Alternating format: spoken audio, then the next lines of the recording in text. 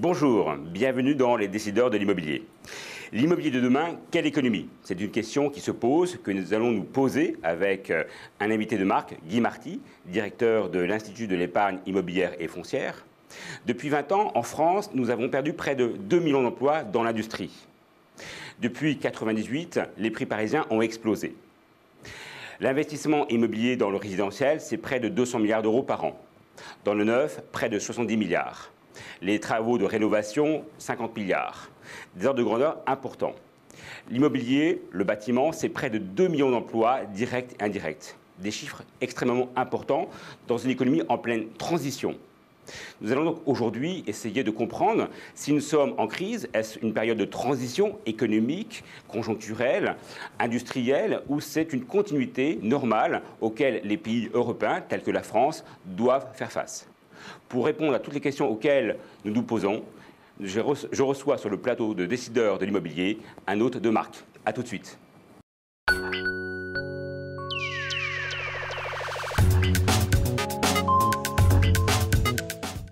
Guy Marty, bonjour. Et bonjour. Bienvenue dans Les décideurs de l'immobilier, bienvenue sur ce plateau. Par rapport à la thématique l'immobilier demain, quelle économie? La question que j'ai envie de vous poser, vous qui êtes un économiste depuis une quarantaine d'années, directeur de l'Institut de l'épargne immobilière et foncière, les dettes de l'État, où en sommes-nous aujourd'hui? Alors, si on prend les chiffres, ce sont des chiffres pour donner le vertige. Si on prend la dette des États européens, on est à 10 000 milliards d'euros. Si on prend la dette de l'État américain, on est à 17 000 milliards d'euros. Alors, c'est des chiffres à donner le vertige. Je vous donne une approche pour essayer de voir un peu ce que ça signifie. Vous imaginez qu'un dollar, c'est une seconde.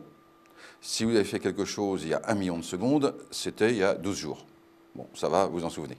Bon, si vous avez fait quelque chose il y a 1 milliard de secondes, c'était il y a 32 ans. Bon, on se souvient encore des films de l'époque, c'était toute une situation un peu particulière pour la France à ce moment-là, c'était 82, donc on était en pleine loi Quillot, en pleine installation de l'impôt sur la fortune, on était sous le choc des nationalisations, etc. Et puis dans le monde, il y avait Reagan, il y avait Thatcher, enfin il y avait pas mal de choses qui se passaient, on peut s'en souvenir. Maintenant, si vous avez fait quelque chose il y a 1000 milliards de secondes, c'était il y a 32 000 ans, plus la peine. Tout ça pour dire que ce n'est pas la peine de se faire peur ou de se paralyser avec des tels chiffres, on ne peut pas réfléchir avec. En revanche, on peut donner des ordres de grandeur.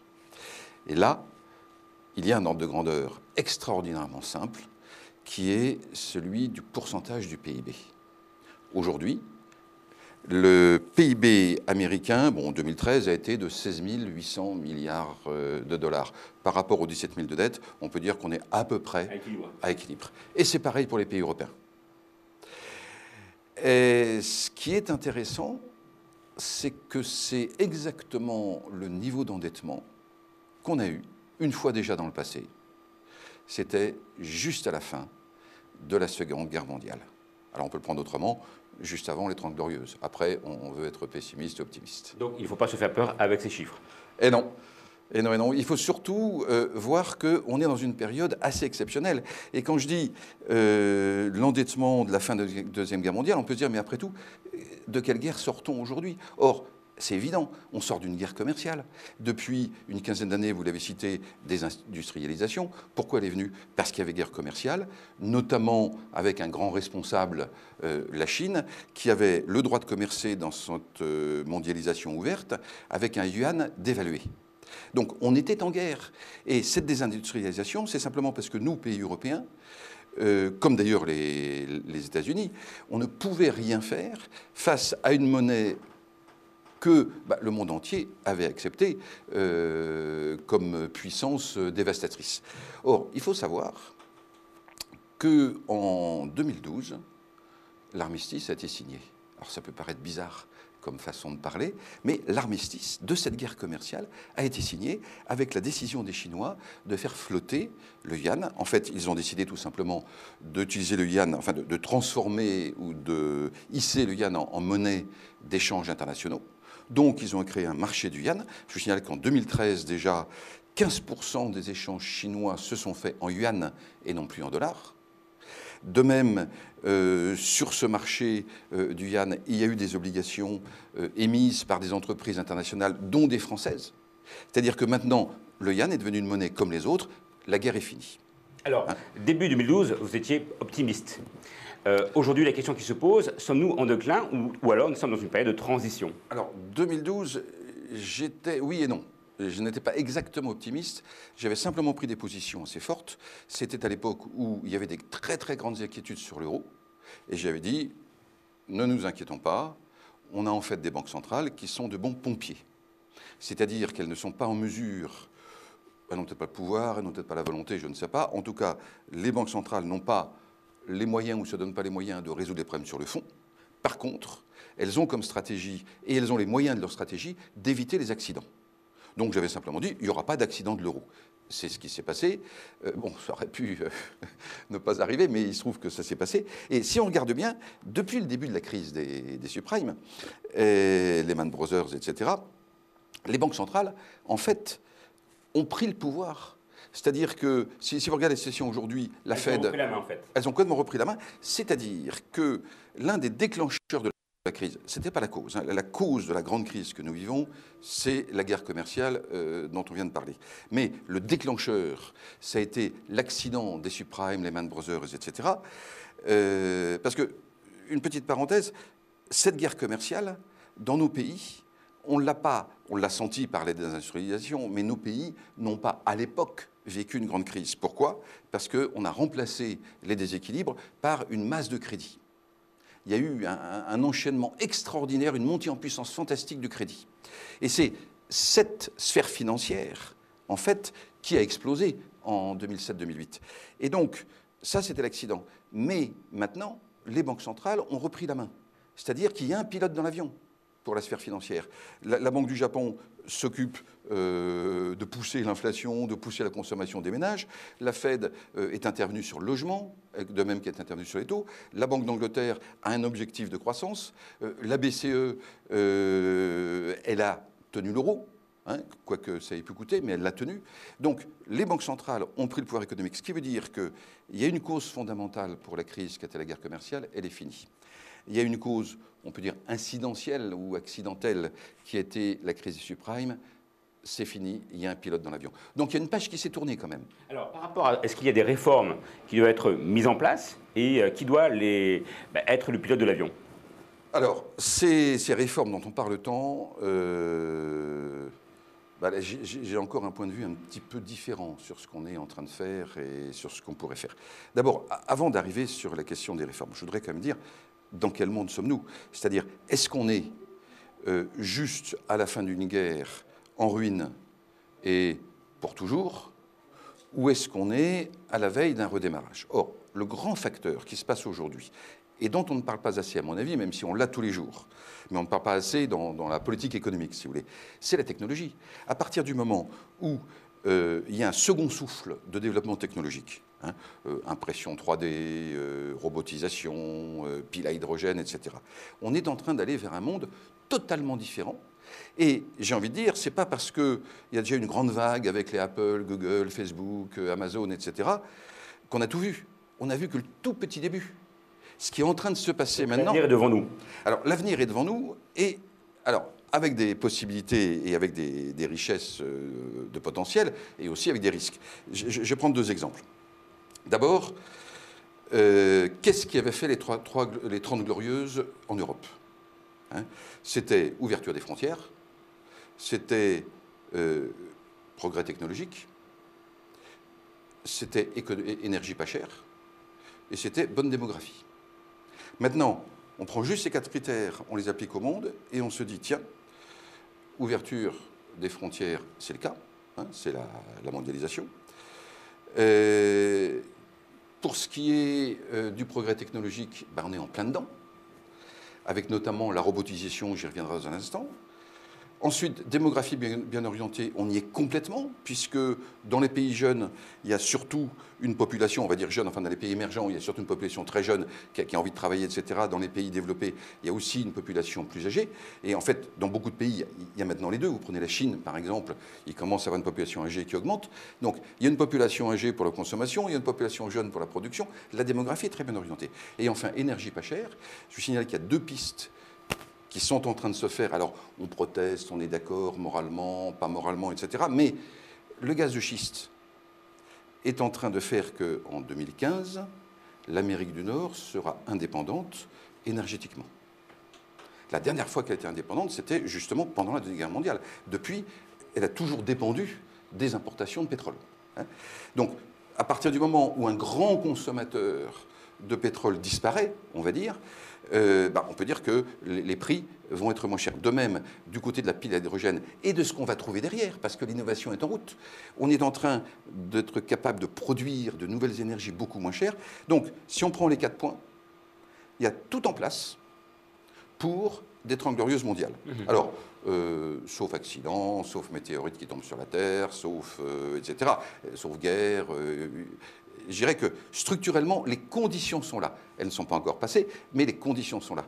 Et ça, c'est important de le savoir. C'est-à-dire que, en fait, cette technologie, qui est quand même le vecteur dominant, est obligée d'introduire de la productivité. Vous savez, aujourd'hui, un robot à Boulogne-Billancourt ou à Détroit coûte moins cher qu'un salarié à Pékin ou à Shanghai. Ça, c'est la grande nouvelle donne. C'est-à-dire que non seulement la guerre commerciale est finie, mais en plus, un robot ne coûte pas plus cher à Pékin ou à Détroit, si vous voulez. Et le fait est que les Chinois eux-mêmes vont beaucoup vers la robotisation. Les Allemands, vous savez, on dit qu'il y a des grands écarts de production entre l'Allemagne et la France. Peut-être, mais les Allemands sont beaucoup plus robotisés que nous. C'est ce qu'on ne dit pas dans ce contexte-là. C'est-à-dire que la révolution du robot, elle est intéressante pour la productivité, donc pour la croissance, en même temps qu'elle est dangereuse aussi pour l'emploi. Juste pour rester un petit peu là-dessus, je vous empêche de poser la prochaine question, mais je voudrais juste être bien clair là-dessus. Le problème du robot, qui dans les 3 à 5 ans va envahir nos vies, si vous voulez. Il faut savoir que pour le robot, ce n'est pas que ce soit simple ou compliqué, c'est que ce soit répétitif ou pas répétitif. Ce qui veut dire que, par exemple, chirurgien, il y a beaucoup d'opérations qui seront faites par des robots. Ce qui veut dire que pilote d'avion, il y a beaucoup de pilotes d'avion qui seront remplacés par des robots. Pas tous, bien sûr. Mais on va avoir un bousculement de l'emploi. Et maintenant, j'arrive sur les réformes.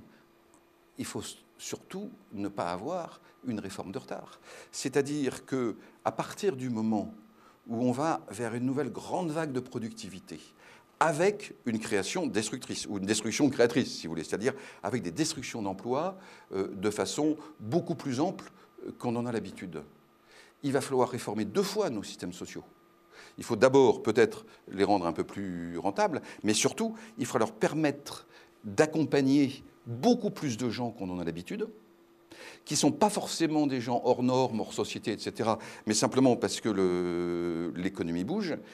Et il faudra en même temps, garder chez nous, et la compétition entre économies va se faire sur le fait de garder les travailleurs, entre guillemets, qualifiés.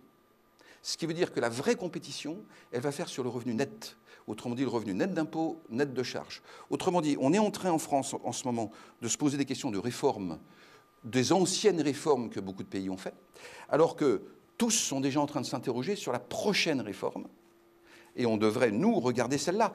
Comment faire pour que l'emploi qualifié soit bien rémunéré net et qu'on ait intérêt à travailler à Paris, à Avignon, à Toulouse, plutôt qu'à Francfort ou à Londres. Alors, pour passer du robot à l'immobilier, et l'immobilier dans tout ça, parce que c'est vrai que l'émission est liée également à l'immobilier, mais que l'économie est aussi corrélée à l'immobilier, ou l'immobilier est corrélé à l'immobilier, avec justement cette phase de mutation, de transition, de démographie, de familles monoparentales, d'entreprises qui arbitrent leur patrimoine immobilier. Aujourd'hui, en 2014, Guy Marty, et l'immobilier dans tout ça, où en est-on ? Alors, l'immobilier, bon, d'abord, il y a deux immobiliers, hein. Il y a l'immobilier logement et il y a l'immobilier entreprise. Alors, il y a un peu des frontières qui deviennent floues parce que, par exemple, quand on parle de résidence pour personnes âgées, est-ce qu'on est dans l'entreprise ou est-ce qu'on est dans le logement, hein? On est dans le logement pour les personnes âgées, mais on est un petit peu dans une activité commerciale pour les structures qui vont faire ça. Hein. De même, on voit naître des structures actuellement pour l'organisation du viager. Vous savez que le viager, si quelqu'un veut rester chez lui, enfin si un couple qui commence à être âgé veut rester chez lui, le viager est une solution. Sauf que le viager individuel est quand même périlleux, d'abord parce que c'est bizarre et étrange d'avoir un contrat avec deux partenaires dont l'un attend la mort de l'autre. Hein, c'est quand même assez spécial. Et en plus, la relation risque de ne pas être égale. Donc, il y a de plus en plus d'organisations de fonds qui vont permettre donc de faire du viager plutôt institutionnel. Qui vont l'industrialiser, qui vont le mutualiser. Qui vont le mutualiser, donc le banaliser, donc changer un peu le rapport de force et faire justement qu'il n'y ait pas l'attente du décès. Voilà. Et donc là, de même, on est un peu dans le commercial ou même dans l'assurance, parce que si un couple âgé reste chez lui, peut-être qu'il faudra des services de prévoyance, des services médicaux, etc. Donc il y a quelques fusions, on va dire, rapprochements entre émeutes d'entreprise et logement, mais pour l'essentiel, ce sont deux marchés totalement différents. Alors, si on prend déjà globalement, il faut savoir que logement comme entreprise sont d'abord les deux endroits où on consomme l'énergie, pour l'essentiel. En plus, le bâtiment, la construction, est un gigantesque consommateur. Donc, dans cette nouvelle révolution industrielle qui se prépare, la partie productivité par les coûts, autrement dit et en même temps par la réduction des dépenses d'énergie, l'immobilier est au cœur. Donc, il y a une chose qui se passe, c'est que pour la première fois, on a déjà eu deux grandes révolutions industrielles. Pour cette troisième, l'immobilier est au cœur. Parce que la gestion de l'énergie, la gestion des ressources est devenue une priorité importante. Donc ça, c'est une bonne nouvelle pour l'immobilier, structurellement. Ce n'est pas de la conjoncture, mais structurellement, c'est une très très bonne nouvelle. Ça veut dire qu'il va se passer beaucoup de choses par rapport à l'immobilier pour diminuer les dépenses d'énergie, pour diminuer les coûts de construction, etc. Bon. Ensuite, si on prend le logement, là, j'ai envie de dire, c'est un sujet politique où on pourrait tomber et en parler toute la nuit. Le logement, il est pris à l'envers. Il est pris à l'envers parce qu'on a des ministres du logement qui durent 1 an, 2 ans, 3 ans, grand maximum, et qui essayent de laisser leur nom sur des mesures, alors que le logement est quelque chose de très long terme, naturellement. Il devrait y avoir de la stratégie, de l'anticipation, etc.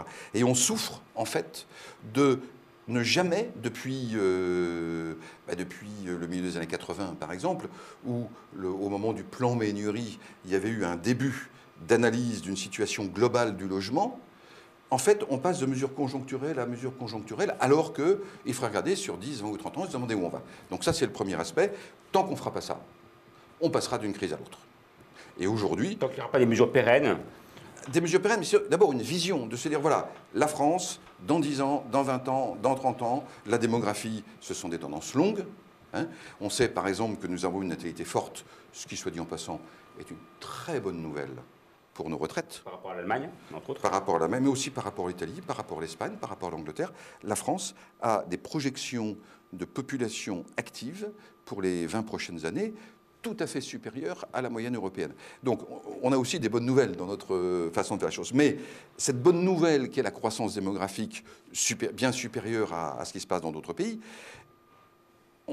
finalement, on la gère mal. Et donc ça devient un problème.